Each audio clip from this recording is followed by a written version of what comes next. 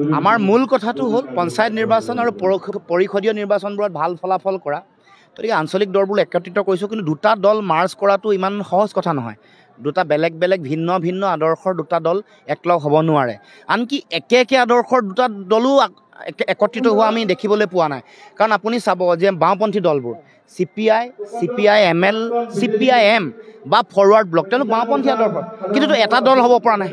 গতিকে এইবোৰ কথা তেওঁ যদিও কৈছে, কিন্তু আচলতে ইমান সহজ কথা নহয়। মানে গোটেই কথা বতৰাবোৰ তেওঁলোকৰ আন্তৰিকতাটোক আমি সকলোৱে উপলব্ধি কৰিছোঁ, কিন্তু আমাৰো আলোচনা বিলোচনা হৈছে। কাৰণ তেওঁতো নিজেই কৈছে তেওঁ যে মাৰ্ক্সবাদী হয়, আমিতো জাতীয়তাবাদী। গতিকে অসমৰ মানে মাৰ্ক্সে কেতিয়াও জাতীয়তাবাদৰ বিৰোধিতা কৰা নাই। কিন্তু অসমত আপোনালোকে অসম আন্দোলনৰ পটভূমি জানে, অসম আন্দোলনৰ সময়ত এটা যিটো পৰিৱেশ জাতীয়তাবাদৰ লগত বাওঁপন্থী মানুহৰ এটা সংঘাত আৰু দ্বন্দ্বৰ পৰিৱেশ আছিলে, সেইটো আছে আৰু থাকিব। কিন্তু বিজেপিক হৰুৱাবলৈ আমি একেলগে থিয় দিছোঁ। কংগ্ৰেছৰ লগতো আমাৰ আদৰ্শ নিমিলে। আপোনালোককতো ক'বলৈ আমি একো বাকী ৰখা নাই যে কংগ্ৰেছৰ আদৰ্শৰ লগতো আমাৰ পূৰা ফুল বিৰোধিতা আছে। কিন্তু এই সময়ত বিজেপিক হৰুৱাব লগা কাৰণে, ভোট বিভাজন হ'ব নালাগে কাৰণে একেলগে থিয় হৈছোঁ।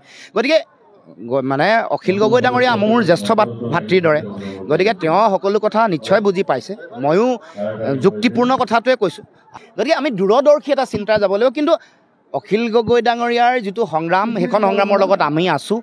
ভোট কেতিয়াও ভাঙিবলৈ নিদিওঁ, একেলগে থিয় হৈছোঁ। এটা দল হোৱাত কাৰিকৰীগত সমস্যা আছে, আদৰ্শগত সমস্যা আছে, অলপ সমস্যা আছে যেনে। গতিকে অখিল গগৈ ডাঙৰীয়ালৈ মই আহ্বান জনাইছোঁ, অনুগ্ৰহ কৰি আপুনি কথাটো বুজক, বুজি পাওক।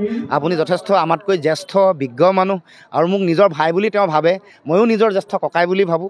গতিকে তেওঁ যাতে এই কথাটো আন্তৰিকতাৰে বুজে। তেওঁলোক কোনেও মানে কণ্ডিশ্যন দিব নালাগে যে আমি 100খন চিটত খেলিম, এইটোও ক'ব নালাগে।